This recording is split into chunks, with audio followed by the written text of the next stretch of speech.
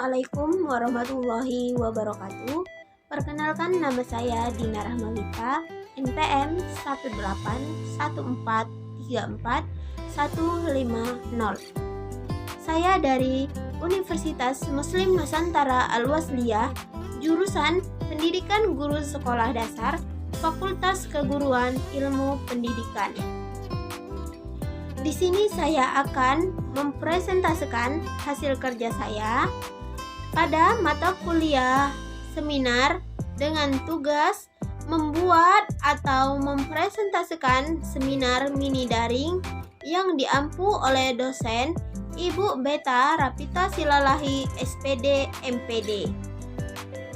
Dengan judul yang akan saya sampaikan yaitu penggunaan metode mind mapping untuk hasil belajar IPS pokok bahasan keragaman suku bangsa dan budaya Indonesia kelas 4 SD IT Riyadul Habibie.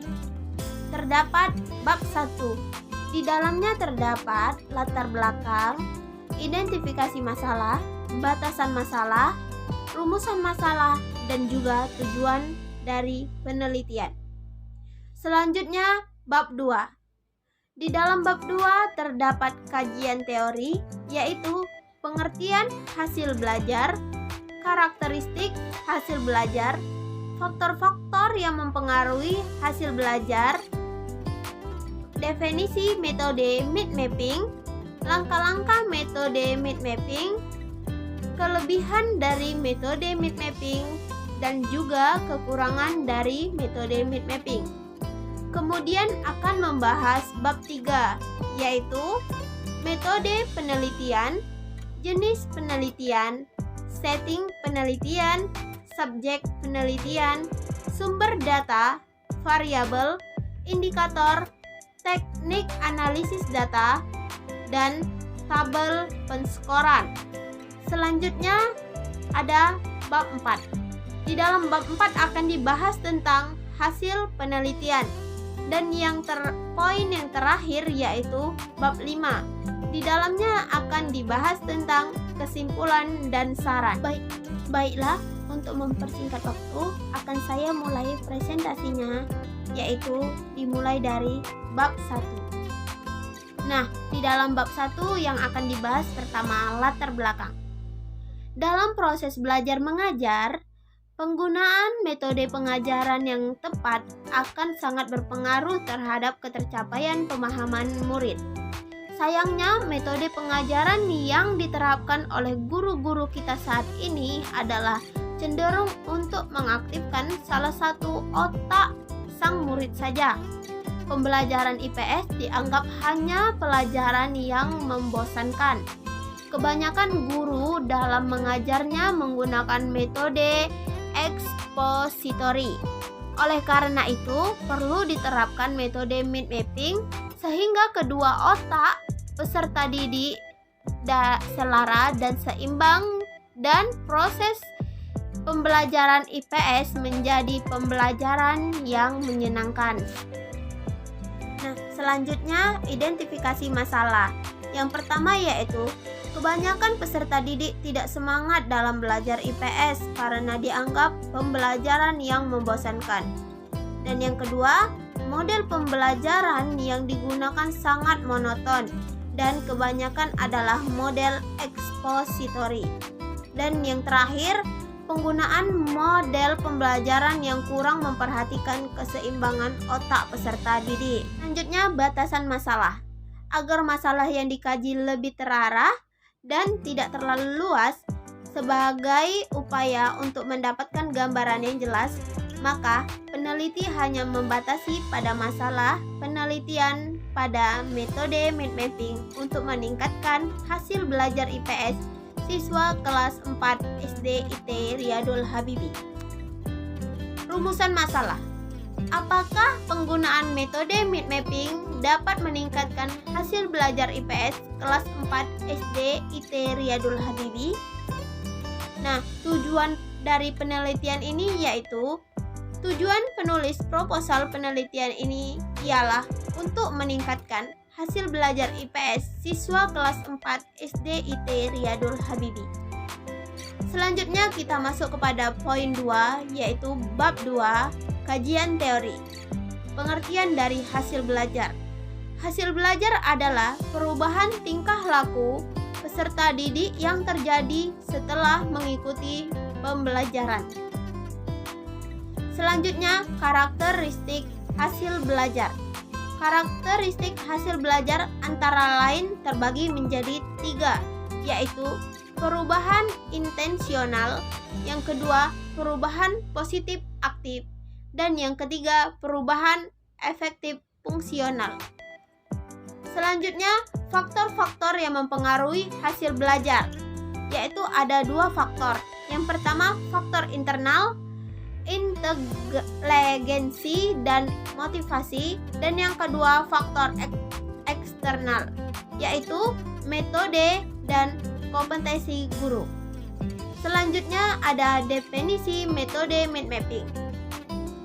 Pemetaan pikiran adalah suatu metode untuk memaksimalkan potensi pikiran manusia dengan menggunakan otak kanan dan otak kiri secara simultan. Langkah-langkah metode mind mapping, mencari ide pokok atau topik utama materi. Yang kedua, membuat banyak cabang yang berhubungan dengan topik utama. Yang ketiga, menggambar subtopik dari topik utama, kemudian hubungkan dengan cabang-cabangnya. Dan yang keempat, menggunakan gambar dan warna yang sesuai saat membuat mind mapping. Selanjutnya kita akan membahas tentang kelebihan metode mind mapping. Yang pertama, lebih mudah melihat gambar keseluruhan. Yang kedua, membuat otak untuk mengatur, mengingat, membandingkan, dan membuat hubungan. Yang ketiga, memudahkan penambahan informasi baru. Yang keempat, pengkajian ulang dapat dilakukan lebih cepat. Dan yang kelima, setiap peta memiliki sifat yang unik. Selanjutnya ada kekurangan dari metode mind mapping. Yang pertama, waktu terbuang untuk mencari kata kunci pengingat.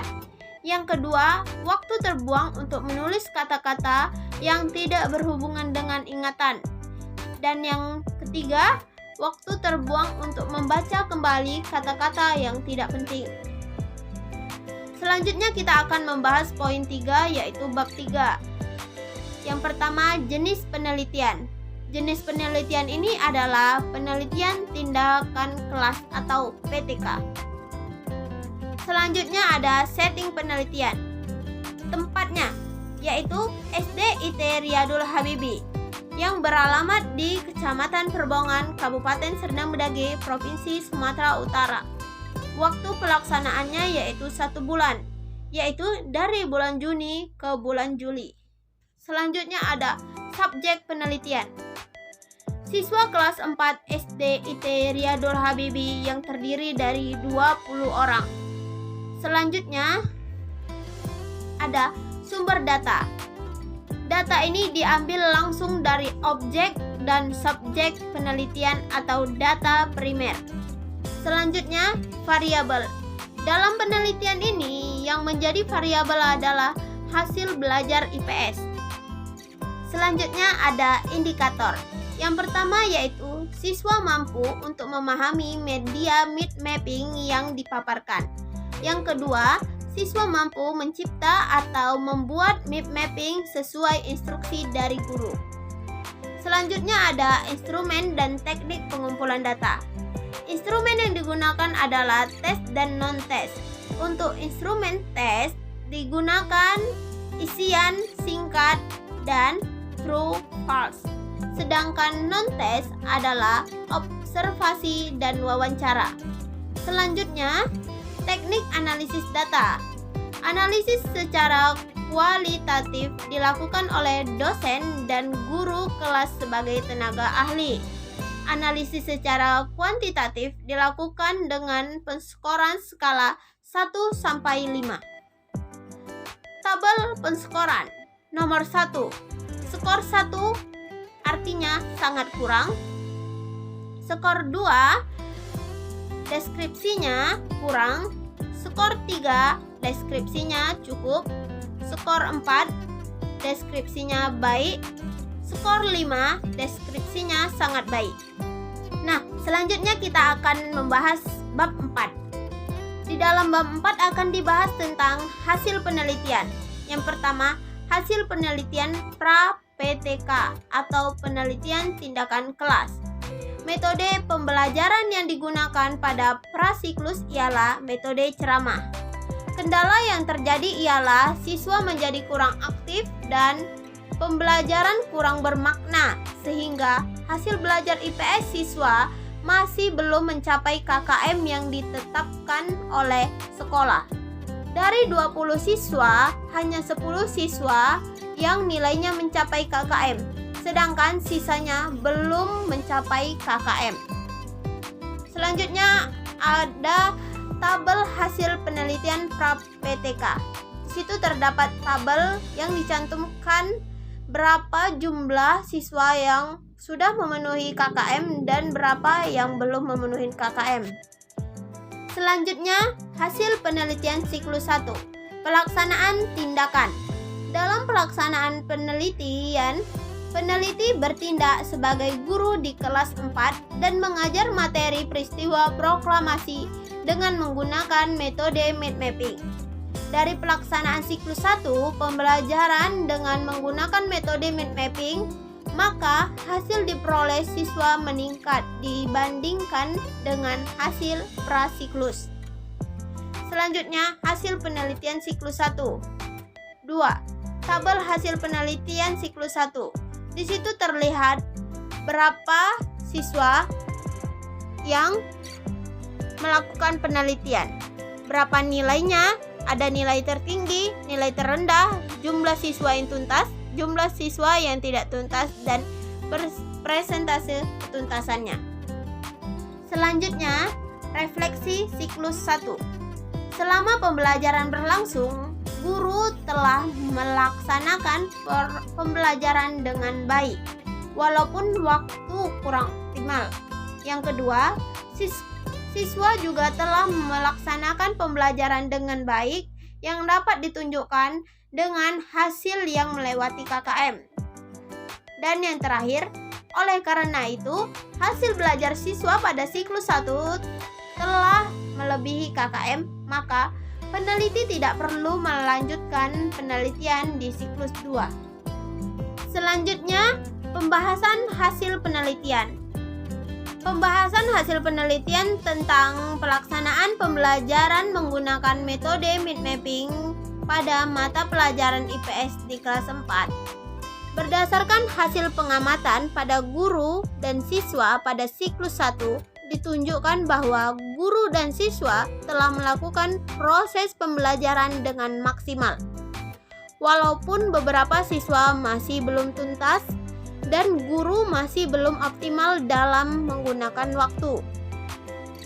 Pembahasan hasil penelitian tentang peningkatan hasil belajar pada mata pelajaran IPS di kelas 4 menggunakan metode mind mapping. Berdasarkan hasil penelitian yang telah dilakukan pada siklus 1, ketuntasan hasil belajar siswa telah dibuktikan dengan tingkat keberhasilan rata-rata siswa mencapai 90%. Sebanyak 18 siswa nilainya telah melewati KKM, sedangkan 2 orang siswa tidak tuntas KKM. Pembahasan di atas membuktikan bahwa pembelajaran dengan menggunakan metode mind mapping dapat meningkatkan hasil belajar siswa dan membuat siswa aktif dalam proses pembelajaran.